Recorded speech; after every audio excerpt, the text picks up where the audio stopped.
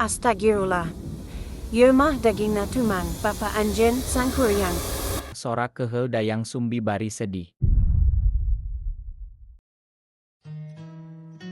Para wargi sadayana. Wilujeng sumping deui di channel ieu. Ayeuna urang bakal ngadangukeun dongeng anu legendaris pisan ngeunaan saurang budak nu kuat jeung wani tapi teu nyaho saha indungna. Nya eta carita Sangkuriang. Hayu urang simak bareng-bareng.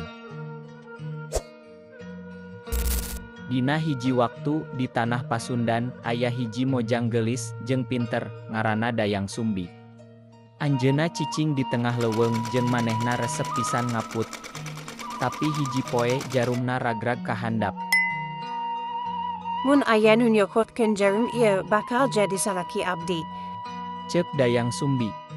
Para wargi nu nyokotkeun teh lain manusa tapi anjing sakti nu ngaranna Tumang.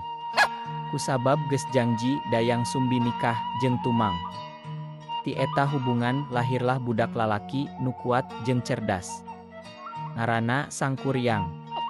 Sasat geus rumaja Sangkuriang resep moro. Hiji poe Dayang Sumbi nyuruh anjeunna nangan daging rusa. Sangkuryang, ibu hayang tuang daging tutut, coba moro ka leuweung. Parentah Dayang Sumbi. Tapi waktu di leuweung Sangkuriang teu meunang buruan. Lantaran ambek jeung teu hayang kagok Tumang anu satia malah dipaehan lajeng dagingna dibikeun ka indungna. Astagfirullah. Ieu mah dagingna tumang, Bapa Anjeun sangkuryang. Sora keheu Dayang Sumbi bari sedih. Dayang Sumbi kacida keselna. Anjeunna nembak Sangkuriang disirah jeung ngusirna jauh tina imah. Tahun demi tahun kaliwat. Sangkuriang ngumbara jeung teu nyaho deui asal muasalna. Nepi hiji waktu anjeunna datang deui ka tempat Dayang Sumbi cicing. Mojang gelis abdi resep ka anjeun. Bade janten salaki anjeun. Sora kagum Sangkuriang. Hapunten Anjeun si ganu teu wau. Saha aran Anjeun? Ceuk Dayang Sumbi sora kaget tapi leuleus. Dayang Sumbi reuwas sabab anjeunna sadar eta teh anakna sorangan Sangkuriang. Tapi Sangkuriang tetep maksa hoyong kawin. Upami Anjeun tiasa nyieun parahu raksasa, dina hiji peting pikeun urang nyebrang situ abdi bade nampi. Ceuk Dayang Sumbi sora tegas.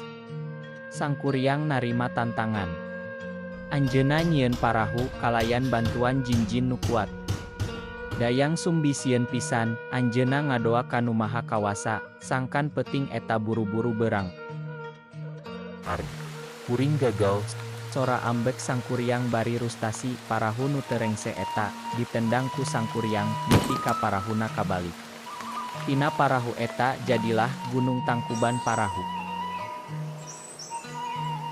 Para wargi ieu carita ngingetkeun urang yen urang kudu jujur jeung apal kana asal-usul diri sorangan.